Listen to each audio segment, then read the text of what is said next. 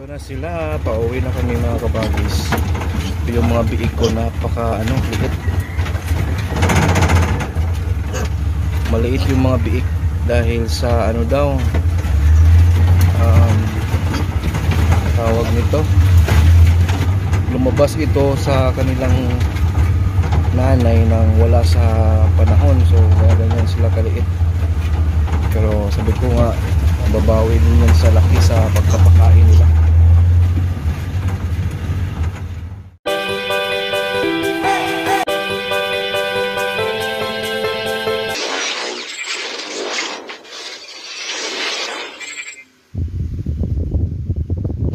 Mga kabagis, welcome back sa ating channel. Good morning sa inyo lahat. Sa mga patuloy na nanonood sa ating channel at nagsusubaybay sa ating mga uploads, thank you so much po sa inyong lahat.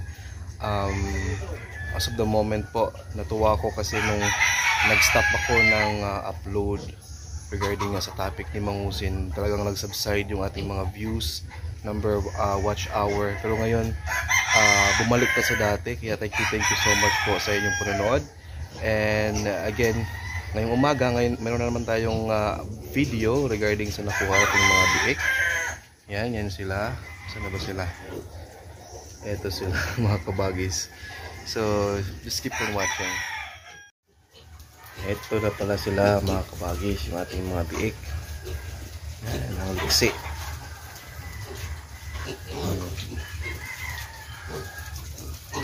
Kumakain sila ngayon.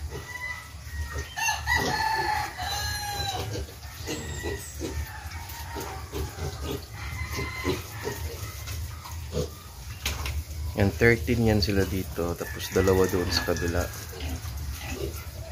Dalawa lang kasi dalawa din silang magkapatid. O magkapatid po lahat.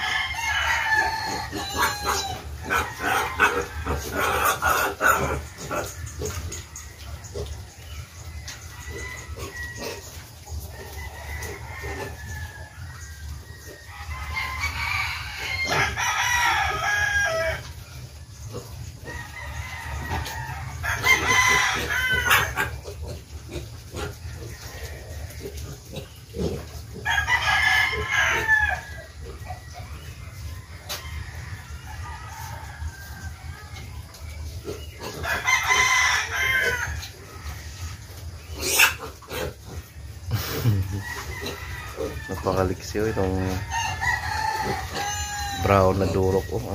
Yan.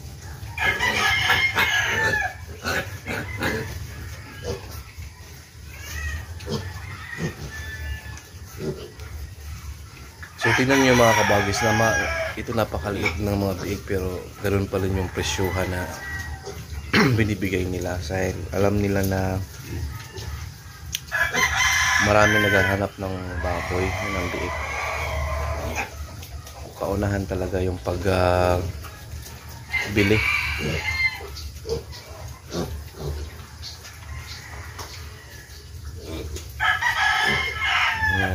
Tuwang-tuwa sila sa kanilang kulungan. At least malinis na yung kulungan nila, hindi katulad doon sa kinuhan. Ito yung dalawa na ito yung may nagtatai pa rin ito eh. So hopefully okay na sila mga kabagis. Dalawa sila dito.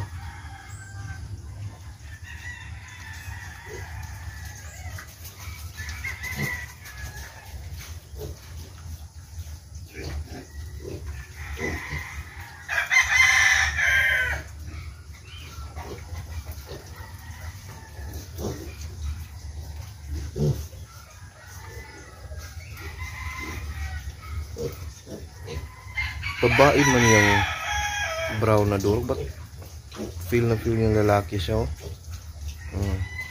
Babae yan.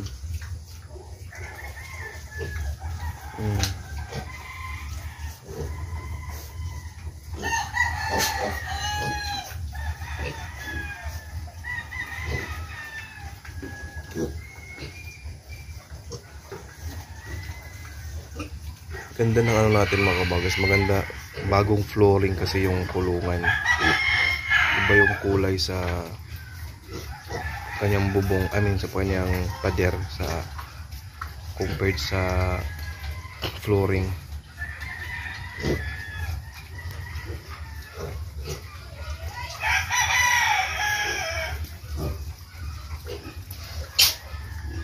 Maliit pa yan, mga ilang araw, dalawang linggo, mga malalaki na yan.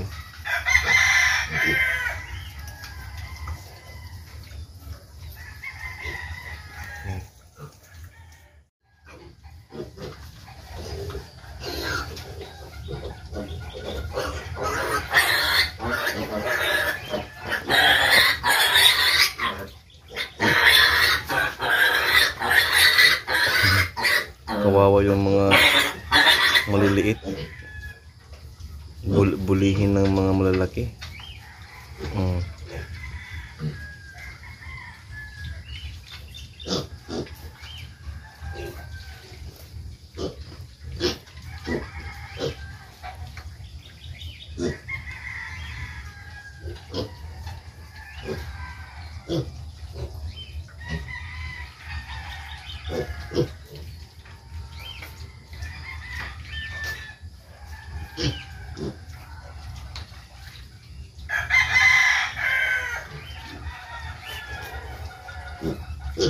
Ito yung stage na napakagandang tingnan yung mga biik. Kung mag-alaga kayo ng biik, mga kabagis, itong pagkakuha nyo ng biik, mga first day hanggang second week, napakagandang pagmasdan. Tingnan sila, pa-cute. Pero yun, pag after nun, malalaki na, hindi na masyado. Pero ito napaka-cute. At napakabango ng nila, pagkain, kasi mayroon yung milk. Ganito kapag ginawa ko ngayon, mga kabagis, i-share ko sa inyo, no?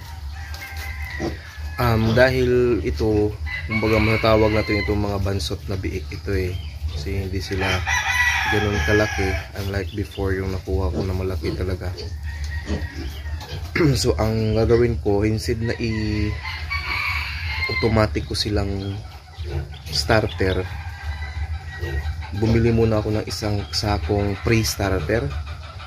Yung mas mahal yun, 25 kilos lang ang sako ng pre-starter ng Ultra Pack. Mahal, nasa 1,300 kahit isang sakong 25 kilos lang yun. Tapos kailangang maubos muna nila yun before ako mag-starter.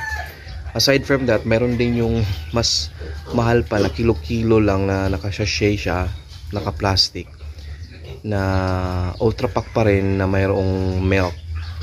So technically, pwede naman nawala na yon, pero dahil gusto ko ngang kakawalay lang nito sa mga ina, so talagang hinahanap-hanap nila yung lasang gatas talaga. So ang ginawa ko, ito suggestion ko lang, pwede namang hindi, pero dahil gusto ko ngang ibalik yung kanilang katawan na may gatas pa rin.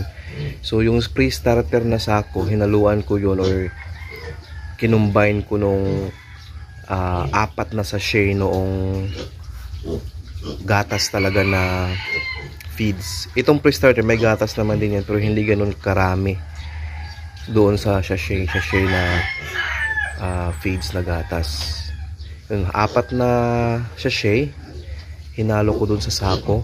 Yun na yung konsumo nila, na kumbaga yun yung panghalip doon sa gatas ng mama. Mo siya before natin i-starter. Pero pwede naman din automatic starter ito. Ang problema lang kasi kung i-automatic natin starter ito, hindi masyadong ganun kagarami yung gatas doon sa starter na yon. So mangyayari, bansot, hindi kaagad nila makuha yung timbang na gusto mo, at makikita mo na hindi maliksi yung mga biik dahil doon nga na sila kaagad sa pang malaking feeds na. So yun lang yung sinasuggest ko kung gusto ninyong kumbaga panghalip doon sa gatas ng ina, kasi supposed to be ito, mayroon pa sana itong mga 5 araw na magdidede sa mama nila. Kaso kung uuwi kami, nakabayad na ako doon sa sasakyan ko na doon nga, Pakyawan yun. Kung uuwi akong walang dala, so lugi na. So sabi ko, sige, ito na lang dalhin ko. Kulang ng 5 araw daw, which is, sabi ko okay lang yan kasi nasubukan ko naman din yan noon na okay lang, basta meron supplement doon nga binili kong mga pagkain nila na may gatas. Kaya kampante naman tayo na hindi yan magka-problema. Basta kung ganito, continue monitoring lang, palaging i-make sure na okay sila. So kung mayroong mapansin ninyong hindi na maliksi or yung talagang ano sila, bang may sakit na, so i-separate mo yun at kumbaga bigyan ng tamang lunas or gamot. Pero okay naman sila lahat dito. Ito lang yung dalawa na hindi okay. Yan, kailangan ko silang gamutin. Maganda din na separate sila kasi mga matatanda na to. Kumbaga nauna ito ng mga 1 linggo doon sa 13. So maganda din na separate ko. So yun mga kabagis, no, mas maraming gatas na yung magkagandahan din sa mga kahit sa ibang brand, hindi Ultra Pack, mayroon talaga silang ganun na feeds na special, ano yun nakasachet lang siya. Kumbaga kahit sa mga farm hindi man nila ginagamit din yun kasi nga mayroon namang gatas sa nanay, pero minsan ginagamit yun yung nakasachet doon sa maagang mawalay. For example, may nangyari sa ina or inahin ng baboy, may for example yun nga, mabilisan yung pagwalay dahil sa ganitong sitwasyon na kailangan ng buyer dahil nga lugi na sa pamasahe. Naintindihan din naman yung ng may-ari at yun din yung sinasuggest nila na bibili ng nakasachet na feeds na pure, mas marami yung milk content para hindi sila hindi sila magka-problema sa kanilang tiyan at magtatae. So hindi naman, maganda naman yung dumi nila. Ito yung dumi nila mga kabagis, yun sa unahan, maganda naman. Kaya okay sila sa pagkain. So yun.